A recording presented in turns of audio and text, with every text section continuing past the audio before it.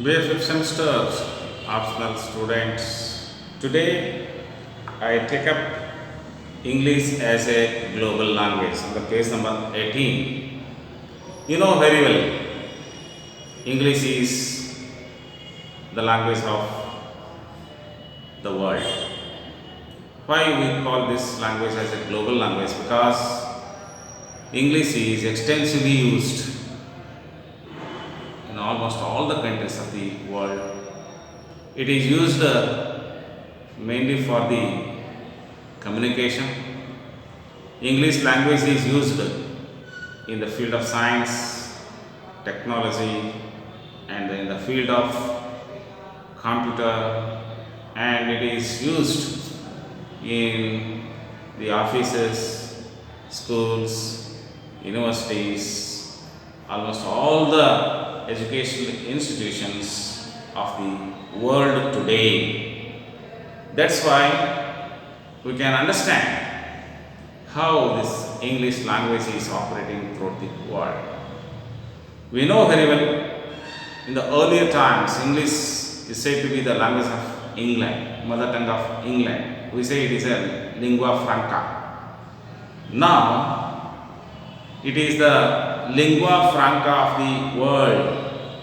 English is the lingua franca of the world, means spoken language of the world.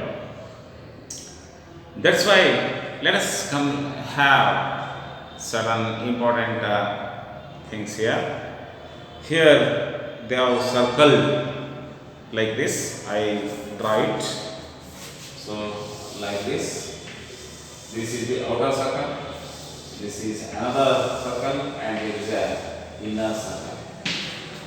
So in the inner circle, I explain this. I just go through the introduction now. There is no official definition of global or world language today. What language you call the global or world language?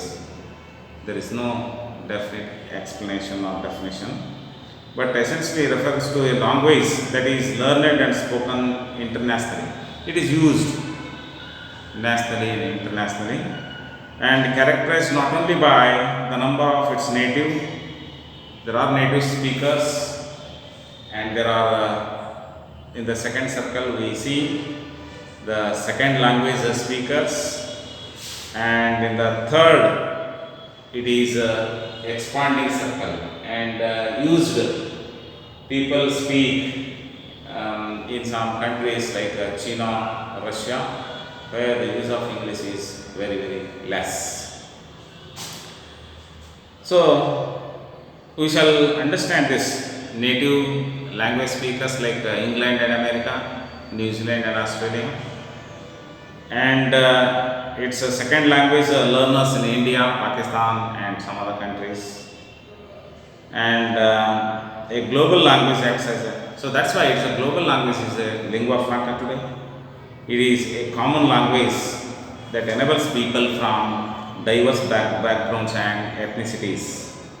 So viewed from this point of view, English today is a global language, and its worldwide reach is much greater than anything achieved historically by other kind of languages like Latin or French or Greek. So Braj Kachru, the Indian linguist who coined the term World English, describes the spread of English in terms of three concentric circles.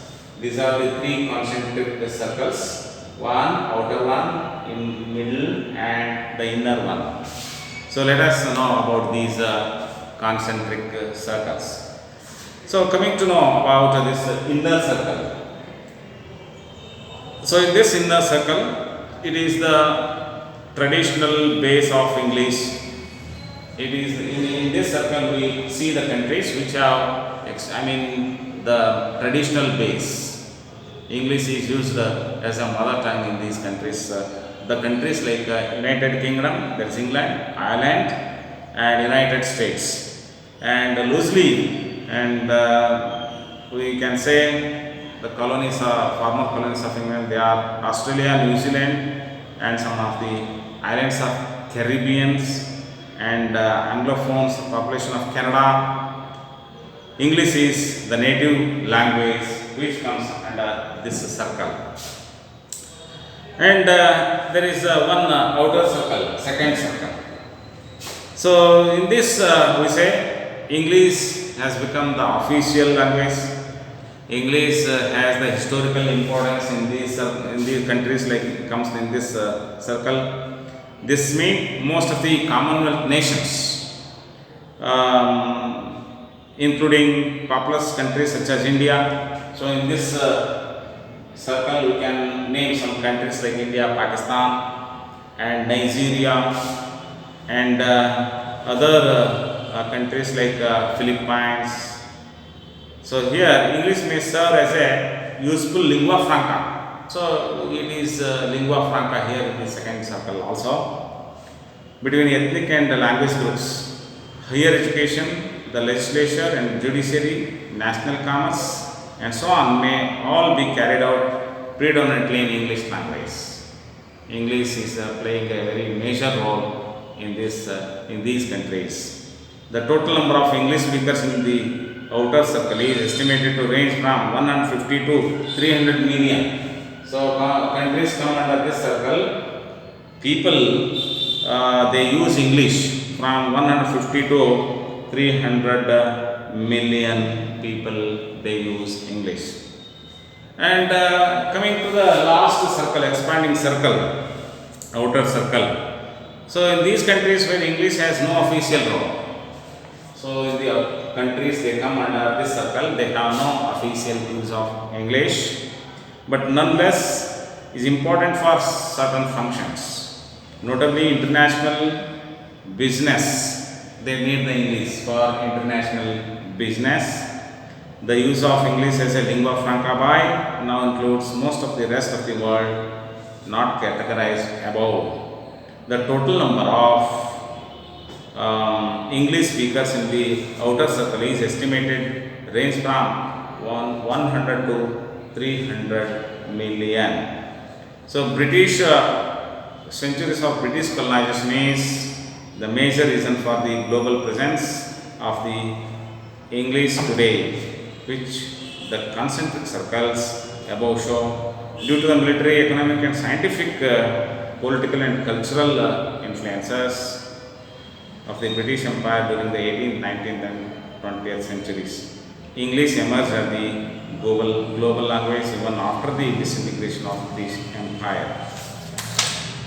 And today, in the fields of business, academics, science, computering, education, transportation, politics and other entertainments, English is established as the de facto lingua franca. It has been established as de facto lingua franca. About 85% of the international organizations have English as at least one of their official languages.